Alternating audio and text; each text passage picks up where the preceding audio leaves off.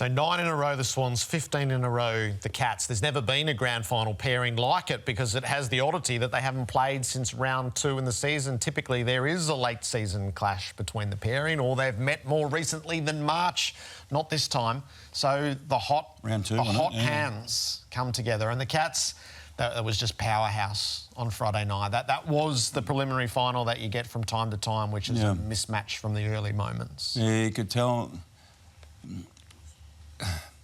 When you look at Geelong, and you look at them all the time, they don't give the opposition a lot of room or a lot of scope to play the game how they want to play it. So Chris often says he's a defence-first coach, and that has underpinned his coaching. So what they've done this year, they're still defence-first, but they've played a little bit with their offence, but they're fundamentally a defence-first team. And there's some great footage before of Stanley Rucking going down the back to help him out. Tom Stewart gets freed up. They couldn't move the ball. We're just watching it going, have a look at this. They can't move the ball. And we said that the week previous as well. You can't move the ball, and it helps when you have Dangerfield and a few of the superstars play really, really well. It was a joy to watch Dangerfield do what he's doing, but all their role players played their role superbly.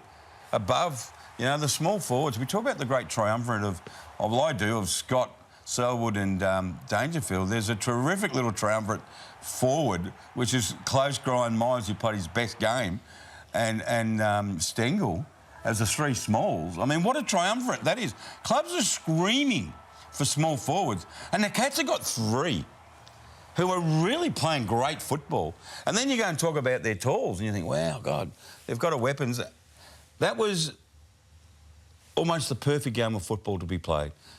They got the ball and they obliterated the opposition. When the opposition had the ball, they didn't let them.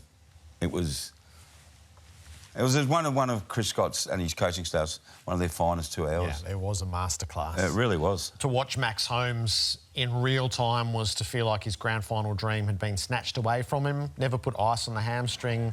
I don't think any of us could claim to be experts in neural hamstring awareness. It turns out a hamstring's not a hamstring anymore, the standard 21 days. Did this surprise you, this footage?